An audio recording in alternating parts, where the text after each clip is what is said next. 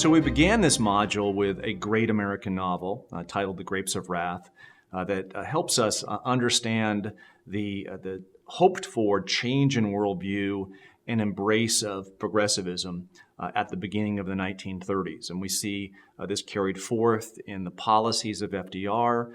We see this as a narrative representation of the dreams that progressives had always hoped for from the beginning of the 20th century. So we see Crowley and we see Dewey at play in the words of the novelist John Steinbeck.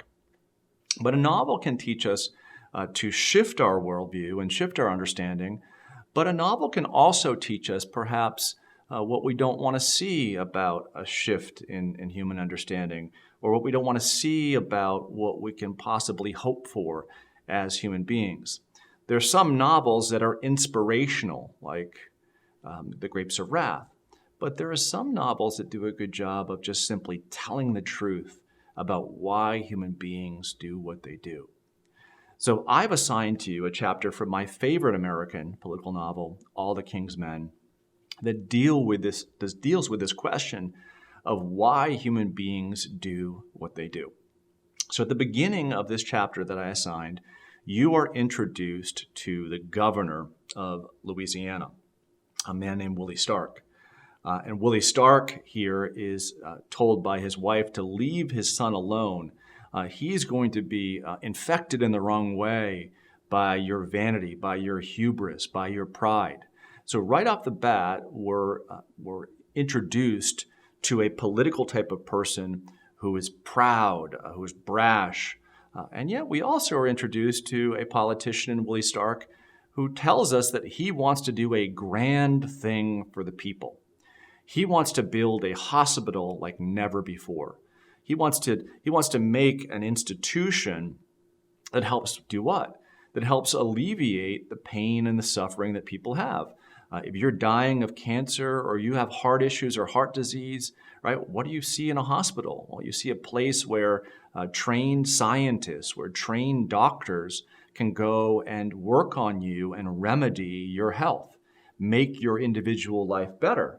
So really kind of a difficult thing here at the beginning of this chapter. You've got Willie Stark, who's proud and obnoxious, but he's also building a hospital that would serve our material needs, serve the people's material needs.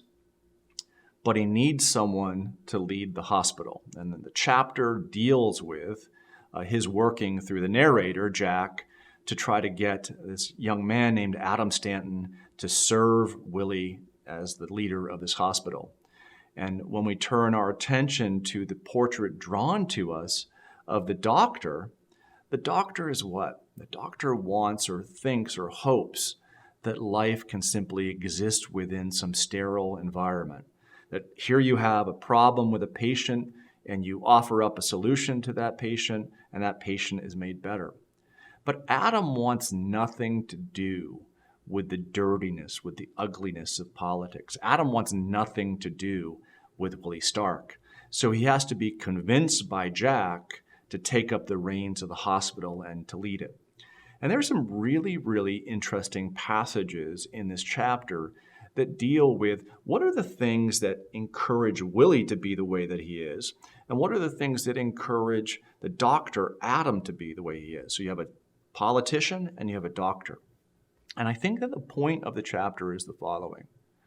What moves Willie is the same thing that moves Adam. We all want to be recognized for being good. We all want to be recognized for being just. And we're willing in our own different ways to take shortcuts, right? To work according to the precept, right? That the ends justify the means in order to get what we want.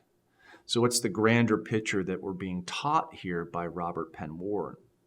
Well, here in the 1930s, progressive and populist age, where one politician after another promises and promotes the idea of altruism, promises and promotes the idea that all of society's ills can be cured if we hand over power to an administrative state.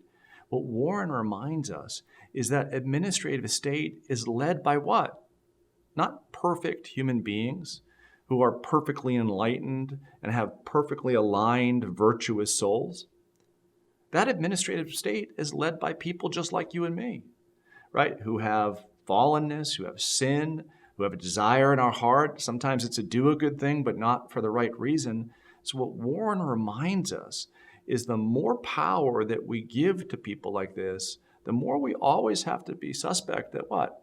That they may not use that power correctly. That there's no silver bullet in giving a power over to administrative state, because any administration is led by men. Men suffer from human nature as well as anyone else. So we ought to be reticent in what we hope for. Kind of an idea there that's very important, I think, in the 1930s and important in any day.